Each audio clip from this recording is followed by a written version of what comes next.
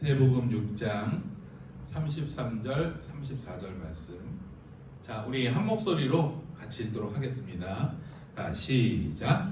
그런즉 너희는 먼저 그의 나라와 그의 의를 구하라. 그리하면 이 모든 것을 너희에게 더하시리라. 그러므로 내일 일을 위하여 염려하지 말라. 내일 일은 내일이 염려할 것이요 한날의 괴로움은 그날로 족하니라. 아멘. 자, 오늘 우리가 읽은 이 본문은요, 교회를 조금 다녀본 그런 분들은 한 번 이상 읽어보았거나 또 한 번 이상 설교를 들어보았을 만한 그런 성경 구절입니다. 근데 중요한 것이 다른 게 있죠. 여러분 어떠십니까? 정말 이 사실이 제일 중요한데, 먼저 그의 나라와 의를 구하는 게 굉장히 중요한데, 이 말씀을 기억하면서 여러분 이 말씀대로 살아가고 있냐? 이게 굉장히 제일 중요한 거죠. 여러분들은 어떤 상황 속에서도 무엇을 먹을까, 무엇을 마실까, 무엇을 입을까 염려하지 않고 먼저 하나님 나라와 의를 구하는 삶을 살고 계십니까? 대답 안 하실 줄 알고 제가 그냥 하겠습니다. 마태복음 6장 33절은요, 여러분 말씀에는 두 가지 의미가 있습니다. 뭐냐 하면, 하나는 우선순위에 대한 문제예요. 첫 번째 우선순위에 대한 문제. 그리고 또 하나가 있는데, 그거 뭐냐면 생활의 염려에 대한 그런 문제입니다. 우리가 걱정하는 생활에 대한 염려. 자, 오늘 본문에 보면 예수님께서 어떤 단어를 쓰냐면, 너희는 먼저라는 단어를 써요. 먼저 그의 나라와 의를 구하라, 이렇게 얘기합니다. 먼저라는 단어를 쓰셨는데, 이건 다른 말로 하면 뭐예요? 첫 번째로 구할 게 있다. 그리고 최우선적으로 니네들이 할 게 있다. 이런 뜻이잖아요. 그러니까 즉 모든 일이 있는데, 그 모든 일에는 먼저 해야 돼. 즉 우선순위가 있다. 이런 말입니다. 우선순위가 있다. 적어도 하나님을 믿는 사람들에게는 우선순위가 있는데, 그게 뭐냐면 가장 최우선적으로 두고 구해야 하고 우리가 기억하면서 살아야 할 것이 있는데, 그건 뭐냐면 하나님의 나라와 뜻을 구하는, 하나님의 의를 구하는, 뜻을 구하는 그것이다 라는 그런 말씀이에요. 그런데 여기에서 우리가 우선순위라는 말을 잘 이해해야 합니다. 우선순위가 뭘까? 그걸 잘 이해해야 한다는 거죠. 이 말씀에는요, 우리에게 필요한 것들, 그러니까 즉 무엇을 입을까, 무엇을 먹을까, 무엇을 마실까, 이게 중요하지 않다, 이런 말이 아니에요. 중요하죠. 그거 중요하잖아요. 물론 그것들도 중요하고 필요하지만 그것보다도 훨씬 더 중요하고 앞서서 먼저 구할 것이 있다라는 그런 의미죠. 여러분, 우리가 세상을 살아가면서 우리는 많은 것들이 필요합니다. 좀 더 필요하고 필요하죠. 우리가 혼자 있을 때와 또 결혼할 때, 결혼과 또 아이들이 생겼을 때 여러 가지, 뭐 가구부터 시작해서 여러 가지들이 필요한 게 이렇게 늘어나잖아요. 근데 그 중에 가장 중요한 게 있는데, 그게 뭐냐면 의식주. 우리 다 알잖아요, 의식주. 의식주 모르는 사람 있어요? 그러니까 즉 먹고 사는 문제예요. 먹고 사는 문제. 근데 이게 그리 만만치 않아요. 어떨 때는 근데 너무 아프고 그러잖아요. 그러면 야, 진짜 살기 위해 먹는다. 진짜 죽 먹어가면서도 살기 위해 먹는다. 진짜 내가 아파 죽겠는데, 슬퍼 죽겠는데 살기 위해 먹는 거 있잖아요. 여러분, 2018년도에 유행했던 책이 있어요. 책 제목이 뭐냐면 죽고 싶지만 떡볶이는 먹고 싶다. 이 책이 있어요. 그러니까 여러분, 죽고는 싶은데 떡볶이는 먹고 싶다라는 거예요. 그 책의 8페이지에 보면 이런 말이 있어요. 내용 중에, 참을 수 없이 울적한 순간에도 친구들의 농담에 웃고, 울적해. 근데 친구들이 얘기하잖아요. 그러면 웃음이 나와. 울적하고 웃음이 나오면 안 되는데 웃음이 나오고, 그러면서도 마음 한구석에서는 허전함을 느끼고, 그러다가도 배가 고파서 떡볶이를 먹으러 가는 나 자신이 우스웠다. 지독히 우울하지도 행복하지도 않는 애매한 기분에 시달렸다. 이러한 감정들이 한 번에 일어날 수 있다는 사실을 알지 못해서 더 괴로웠다. 우리 그러잖아요. 막 슬프고 어렵고 막 하는데 배는 고파. 참 이게, 야, 진짜 내가 인간이냐, 진짜 이렇게 슬프고 힘든데 배는 고프고 막 이런 거 있잖아요. 여러분, 지금도 의식주가 중요한데 예수님 당시의 백성들은요 더욱더 중요했어요. 그 삶에서 먹고 사는 게 굉장히 중요했어요. 가장 우선적인 관심이 뭐냐면 먹는 거, 빵 있잖아요. 빵 주식. 즉 무엇을 먹을까? 이게 굉장히 중요했거든요. 그래서 예수님께서 5개의 빵과 2마리의 물고기로 5,000명을 먹으신 일이 있는데, 그때 사람들의 반응이 어땠냐면, 이렇게 우리를 먹여주신 예수님이라면 우리가 임금으로 삼자, 이분을 대통령으로 삼자. 그러면 이분이 임금이 되시면 날마다 이렇게 우리가 고생하지 않아도 먹고 살 수 있다라는 거잖아요. 그렇게 얘기했어요. 그래서 그 생각에 예수님을 임금으로 삼고자 했던 겁니다. 그러니까 예수님을 통해 얻는 그런 구원, 하나님 나라, 그러니까 중요한 가치 있잖아요.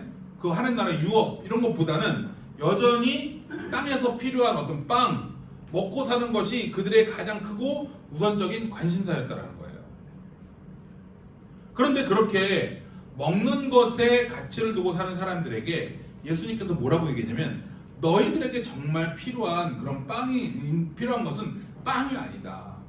빵보다 더 중요한 게 있다. 그것은 하나님의 나라와 의를 구하는, 그것을 먼저 구해야 된다. 이렇게 하신 것이 어쩌면 그 사람들에게는 굉장히 충격적인 말이었다라는 거죠. 더군다나 이것은 그냥 예수 안 믿는 그런 사람들에게 얘기한 게 아니라 예수님을 믿는 그냥 우리들에게 얘기하는 거예요. 이미 구약 성경을 통해서 그 사람들도 빵보다 중요한 게 무엇인지 알고 있었어요. 그러니까 하나님의 나라가 무엇인지 알았던 사람들입니다.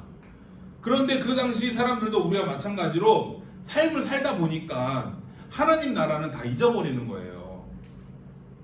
우리하고 비슷하잖아요. 이방인들과 똑같이 우리도 무엇을 먹을까, 무엇을 마실까, 무엇을 입을까, 이런 거에만 관심이 있었다라는 거죠. 즉 영적 건망증에 우리가 걸려있다는 거예요. 그런 사람들에게 예수님께서 아니다, 무엇을 먹을까, 무엇을 마실까, 입을까 염려하는 것은 이방인들이나 구하는 거다. 너희 하나님의 사람들이 구할 것이 아니다. 하나님께서 너희에게 이 모든 것이 있어야 할 줄 아신다. 그러므로 너희는 먼저 그의 나라와 그의 의를 구하라. 그래야면 이 모든 것을 너희에게 더하실 것이다 라고 예수님께서 말씀하신 거예요. 이 말씀을 들었을 때 유대인들은 정신이 번쩍 났을 거예요. 맞다, 우리는 하나님의 백성들이지, 먹고 사는 것이 다가 아니지, 우리가 구해야 할 게 딴 게 있지, 진짜 하나님 나라와 뜻이 있지. 이 말씀을 통하여 제정신이 들었던 사람들이 많았을 것입니다. 여러분, 바로 여기에서 하나님을 믿는 사람과 그리고 믿지 않는 사람들의 차이가 있는 거예요. 무엇을 먹을까, 마실까, 무엇을 입을까 염려하며 그것만이 가장 중요한 가치로 알고 구하는 것은 이방인들, 즉 하나님을 믿지 않는 사람들이 하는 거라는 거예요. 그러나 하나님을 믿는 사람들은요, 하나님의 자녀들은 그렇지 않다라는 거예요. 그것들이 필요해요. 필요하지만 그것보다 더 중요한 가치가 있다라는 것을 우리가 기억하고 최우선적으로 하나님의 나라와 그 뜻이 이 땅 가운데 이루어지기를 구하고, 또 그것을 위해 살아가는 사람들이 바로 하나님을 믿는 사람들이라는 거예요. 여러분, 이것들이 바로 우리가 기억하고 지켜야 할 삶의 원칙입니다. 아무리 먹고 사는 것이 중요해도 우리의 우선순위는 그것이 아니라 하나님의 나라와 그의 뜻, 그걸 이루기 위한 삶이 되어야 된다는 거예요. 그럼 예를 들어볼까요? 주일 성수 이야기를 해봅시다. 1920년대에 세계적으로 알려진 육상 선수가 있었어요. 에릭 리델이라는 그런 사람이 있었습니다. 근데 그 사람의 일대기를 영화화해서 1982년 아카데미 작품상을 받았던 불의 전차라는 영화가 있어요. 불의 전차 보셨나요? 불의 전차? 근데 이 주인공, 아까 얘기했던 에릭 리델이라는 이 사람이 굉장히 독실한 크리스천이었어요. 1924년에 프랑스 월드컵, 프랑스 파리 올림픽에 출전을 했어요. 육상 경기에. 출전해서 결승까지 오르게 됩니다. 이 사람이. 근데 에릭 리델이라는 이 사람은 이미 예선에서 신기록을 냈어요. 그래서 가장 강력한 우승 후보였어요. 그런데 결승전이 주일이었던 거예요. 문제는 결승전에 참여하면 주일 예배를 드리지 못하게 되는 거예요. 여러분들이 이런 상황이라면 어떻게 하시겠습니까? 여러분 솔직히 운동선수라면 올림픽 금메달이잖아요. 올림픽 출전, 올림픽 금메달. 아마도 거의 대부분의 사람들은 결승전에 참여했을 거예요. 그런데 에릭 리델이라는 이 사람은 코치와 다른 사람들의 만류에도 불구하고 결승전 경기를 포기하고 그냥 예배를 드렸습니다. 처음엔 엄청 비난을 받았어요. 야 무슨 야 이게 뭐 말이 되냐? 한 번 예배 안 드리면 되는데? 근데 제일 중요한 건 뭐냐면 이 사람은 에릭 리델은 떳떳했다라는 거예요. 그리고 그런 그의 결단과 원칙 있는 행동이 많은 사람들에게 후에 조금씩 선한 영향력들을 끼치게 이렇게 됐다라는 거예요. 그래서 적당히 타협하며 신앙생활했던 사람들이 이 에릭 리델이라는 사람을 통해서 자신을 돌아보게 되었다라는 거예요. 이 에릭 리델은요 그 후에 평생 중국 선교로 갑니다. 중국에 가서 선교를 힘쓰다가 중국 현지에서 선교사로 생애를 마쳐요. 평소도 선교사로. 근데 이 영화 불의 전차 마지막 장면에 보면 이런 말이 나와요. 에릭 리델, 그는 위대한 지도자나 사상가는 아니지만 신학의 원칙을 지키는 사람이었다. 그는 인생에서 무엇을 해야 할지 분명히 알고 살았던 사람이다. 그러면서 이제 끝나요, 이 영화. 여러분 어떻게 보면 아까 제가 처음부터 얘기했듯이 드라마잖아요, 영화잖아요. 실제 일이라니까요. 어떻게 보면 바보 같고 원칙주의자 같고 융통성이 없어 보일지 모르지만 그런 분명한 신앙의 원칙이 있었고 우선순위가 확고했던 사람이었습니다. 쉽게 합리화하고 적당히 타협하고 원칙도 우선순위도 없이 너무 영리하게 행하는 우리들에 비하면 에릭 리델은 하나님 나라에서는 위대한 사람이었을 것이라는 거예요. 여러분 저는 이런 우선순위가 우리에게도 분명하게 있어야 한다고 생각합니다. 좀 바보 같을지라도 아닌 것은 아니라는 우직함이 있어야 된다는 거예요. 여러분 잘 생각해 보세요. 이것은 우리의 고집이 아니에요. 하나님의 나라와 뜻이 최우선 순위라는 주님의 말씀에 우리가 순종하고 그것을 따른다라는 거죠. 결국은 우선순위가 분명하고 원칙이 있는 사람들이 세상에서나 하나님 나라에서나 영향력을 끼치더라라는 거죠.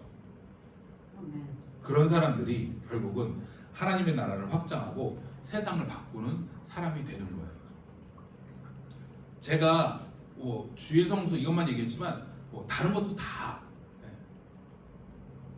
해당되는 거 아시죠? 그러면 우리의 우선순위는 무엇이 되어야 합니까? 답은 나와 있잖아요. 하나님 나라와 그의 의. 이게 확실해야 된다는 거예요. 그렇다면 먼저 그의 나라와 의를 구하는 사람에게 그럼 어떤 보상이 주어지냐라는 거예요. 우리도 뭐가 있어야지 하죠. 이거를 그냥 해요? 예수님께서 이렇게 말씀하셨어요. 먼저 그의 나라와 의를 구하라. 그리하면 이 모든 것을 너에게 더하시리라. 여기에 나오는 이 모든 것을 더하시리라. 이 모든 것이 뭡니까? 우리에게 필요한 것들이죠.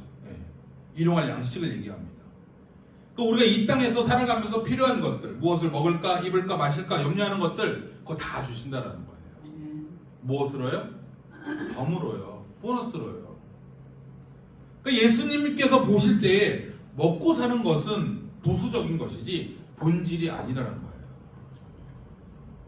즉 하나님 나라와 그를 의를 구하는 것이 여러분 본질이고요.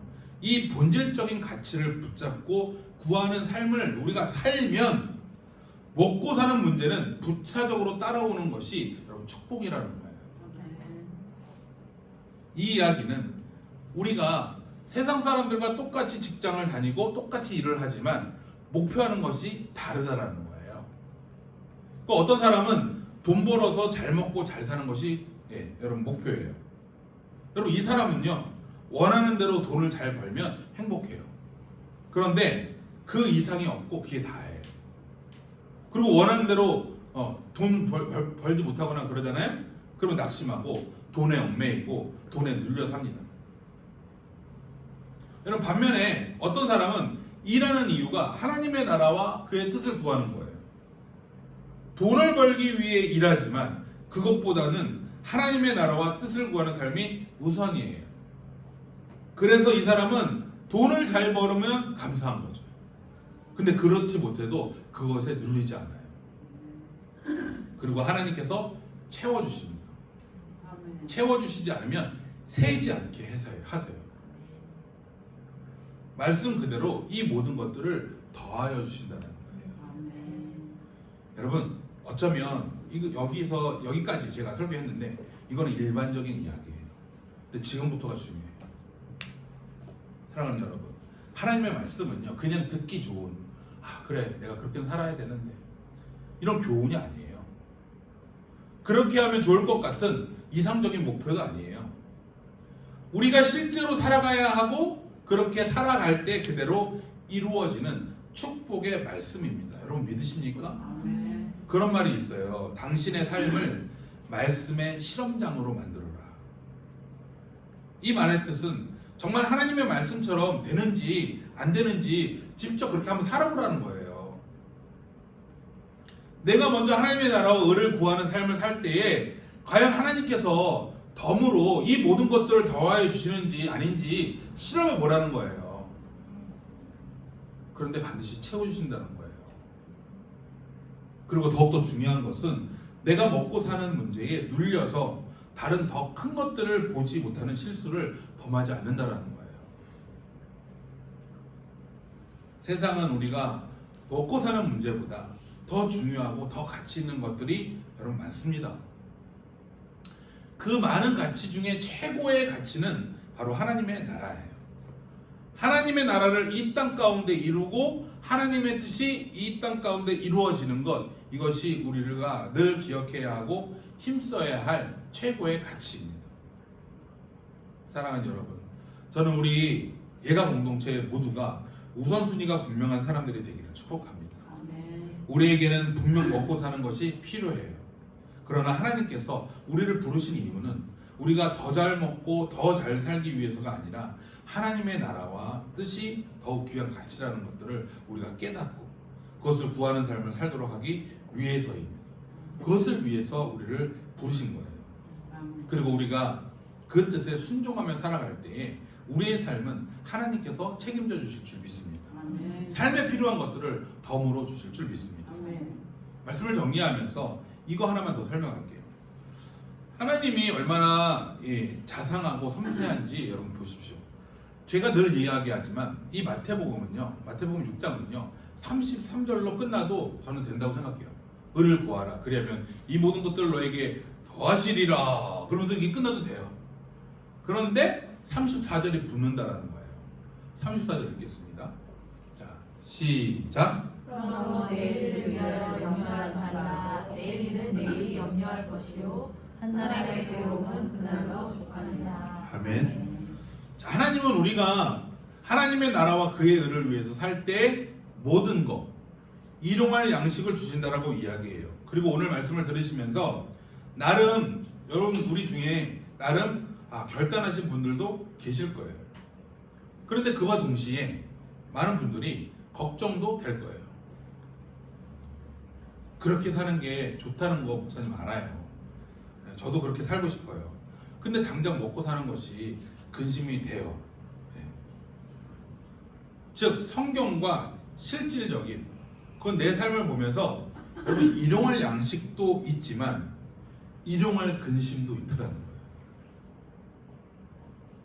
즉 저는 34절에 나오는 이 한날의 괴로움 이 단어 있잖아요. 이것도 일용할 양식 중에 하나가 아닐까 이런 생각을 합니다. 그런데 그렇게 생각해 보니까 정말 그랬어요. 제 삶을 돌이켜 보아도 제 옆에 있는 사람을 보아도 수십 년의 세월 동안 여러분 괴로움과 고단함이 없던 날이 있던가요? 별로 없었어요. 하루하루의 삶이란 이런저런 근심의 나날이라는 거죠. 하나의 산을 간신히 넘었다 싶으면 또 하나의 산이 우리 앞을 가로막고 이런 근심의 나날이 곧 저의 삶이었습니다. 그럼 그러나 놀라운 것은 뭐냐 하면 제가 인격적으로나 그리고 또 정신적으로나 신앙적으로나 영적으로나 성숙하는 일은 이 한날의 괴로움의 덕분이라는 거예요. 그러니까 우리가 매일 먹는 밥만이 일용할 양식이 아니라 우리가 매일 겪는 이 근심 걱정이 더욱더 소중한 일용할 양식, 즉 일용할 근심이라는 거예요. 여러분, 우리는 걱정 근심을 통해서 더 아름답고 경건하게 성장하는 거예요. 저의 경험을 비추어 봐도 그렇고 한날의 괴로움이 우리를 더 훌륭한 인격으로 변화시킨다는 것이 여러분 확실합니다. 그래서 한날의 괴로움은요 소중한 거예요. 그리고 감사하는 일인 거예요. 여러분 어떠십니까? 한날의 괴로움 여러분 많습니까? 그 괴로움은 여러분들을 예수님 닮은 사람으로 성숙시키기 위해서 찾아온 하나님의 선물이라는 거예요. 그 한날의 괴로움과 여러분 씨름하십시오.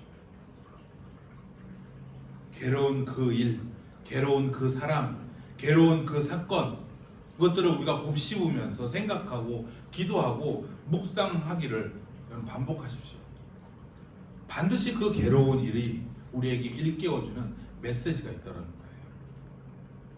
그 메시지를 깨닫게 되면 우리는 하나님의 형상에 한 발자국 더 가까이 다가서게 되는 거예요. 그것에 놀라운 기쁨이 있고 평온이 있고 여러분 자유함이 있다는 거예요. 그것이 한날의 괴로움 이야기에 숨겨져 있는 또 다른 자유의 메시지인 것입니다. 오늘 말씀의 제목은 뭐예요? 우선순위 참 쉽지 않은 문제입니다. 이거예요. 그런데 이 우선순위를 잘 해결하면 우리에게 다른 모든 것들을 더하여 주신다는 거예요. 즉 일용할 양식이 보장되어 있습니다. 그러나 그 양식 중에는 걱정, 근심도 있을 거예요. 하지만 그것도 우리에게 필요한 일용할 근심으로서 우리가 성장하는 좋은 재료라는 거예요.